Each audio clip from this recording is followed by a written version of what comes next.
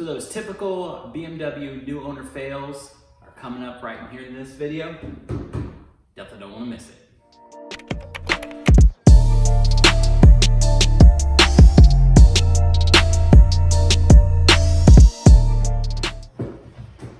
So let's face it, you get a BMW, you're new to the game, you want to be able to do certain things and your mind is definitely somewhere else, right?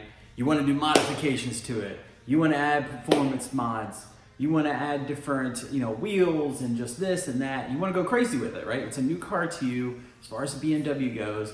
And, this video is just to give you guys some insight and just to really be cautious when you are that brand new owner. So if you are a brand new BMW owner, obviously this video is for you.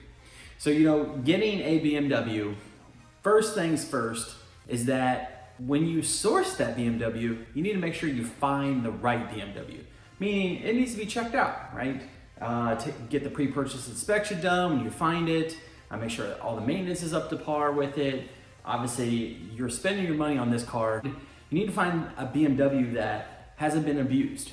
It's been maintained by someone that's a car enthusiast, right? Those are obviously the best BMWs to find. They are hard to find because not every BMW is going to be perfect, and a lot of them are not perfect in general, right? So when I bought this car, 2008 BMW 335i, 6.5 years ago, it had 95,000 miles on it. So it was already a high mileage car when I bought it, and no extended warranty, no nothing, and I drove it. Now, what a lot of people will start to do right away, especially if you get an N54, N55, B58, any kind of BMW that you can add power adders to it, right? Tune, downpipes, just all kinds of stuff, right? To gain more power, because they're fun cars when they definitely have obviously some power behind them. But what they don't realize is that they go and do that first before looking over anything else on the car at that given time, meaning maintenance. So everything that I've said on this channel for years and years and years, maintenance before modifications, right? Having a proper scan tool, checking the exact codes on the car, right? So you have to have a precise scan tool that will read, obviously, your BMW and stuff like that. So highly recommend Pro Tool. I've used Pro Tool for a long time. Great with coding as well. It's amazing. It's perfect. If you want to look more into Pro Tool, I highly recommend it. A lot of other guys use it too and have been using it for quite some time now. So check out the video up above for Pro Tool. But, making sure your maintenance is up to par. So if your maintenance is up to par, you have no oil leaks, you have no, rough idles, you don't have any, service engine lights or even check engine lights on your BMW, then go ahead and go down the route of getting your mods. I see too many guys just start adding those mods to it, and then something happens on the car because your mods are going to pull the weakness out of your parts that you have.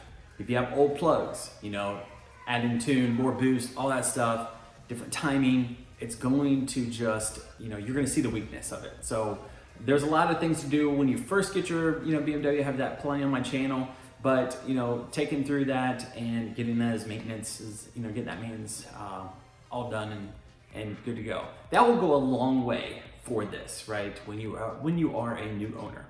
And a lot of stuff you're not gonna know when you're a new owner, right? So, what do I do next? And what do I do here? What do I do there? So the scan tool helps out great. Maintenance, you take care of that. Check out my other videos that I have too, because I go in pretty in detail as far as the first things you should do when you get a tune, right? What do I need to do before that? My channel is here to help you with that along the way. So you gotta take care of your car will take care of you.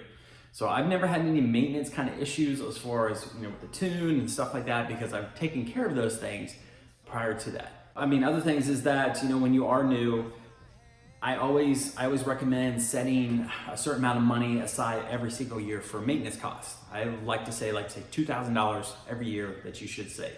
That doesn't mean you're going to use $2,000 on your car. You may only use $100, you may use only $1,000, but you may use $2,000. You never know. So keep recurring that in there. So if something major happens to your BMW, you have the funds to be able to take care of it and obviously pay cash for it. Another piece of advice is to do DIY over taking it somewhere, depending on what's going on with the car and depending on your skill set. I know not everybody has a skill set to work on work on a car, you know, via DIY or whatever. But there's a lot of stuff that you guys can do. I mean, I'm telling you, like, I worked on cars prior to having the BMW, but it's no different than any other car out there. It really isn't.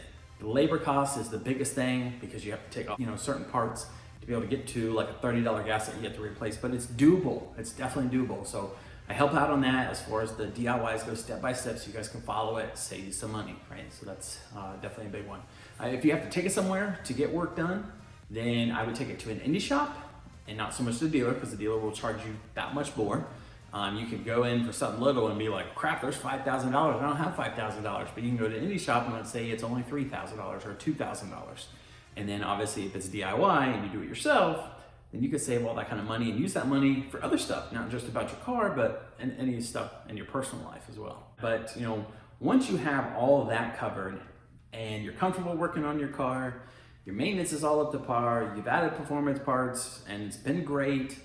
So that's another thing too, using the correct parts together. There's certain ones that work better than others and stuff like that, and that's just really trial and error from guys modding their BMW, right? This fits better than that one, and this brand's better, this one has better results. The data is out there for you to look at and see, so I mean that wouldn't be hard to find. Simple Google does wonders, and that's another thing too, right? As far as you know, being a newcomer, there's so much information. This car has been out since 2007. It's 2019. There's tons of posts out there, and it could be the same, you know, code that you had come up or whatever. Simple Google search will actually do wonders for you, believe it or not.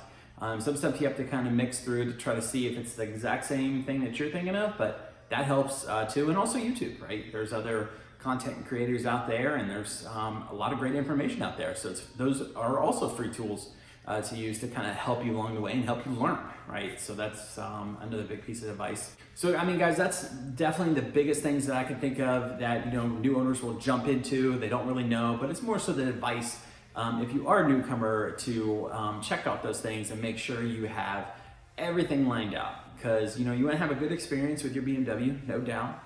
And you want to be able to, you know, have fun with it and be able to fund certain things as far as mods or maintenance and stuff like that. But having a good, you know, operating BMW will go the long run, right? Because if you're using this for your daily commute and you're driving, and you know, you want to be able your car to get you to point A to point B, so that way you can make the money, of course, with your job. So you still have fun with it, still have everything else, and it won't break. All right, guys, well, let me know if you have any questions. Just some, you know, quick pointers, you know, from what I've learned over the years and what I have on my channel. So definitely take a look at those DIYs that I have out there. Well, big thumbs up. Subscribe to the channel if you haven't already. Check out those other videos, like I said. Hope you have a great start of your weekend. Take care.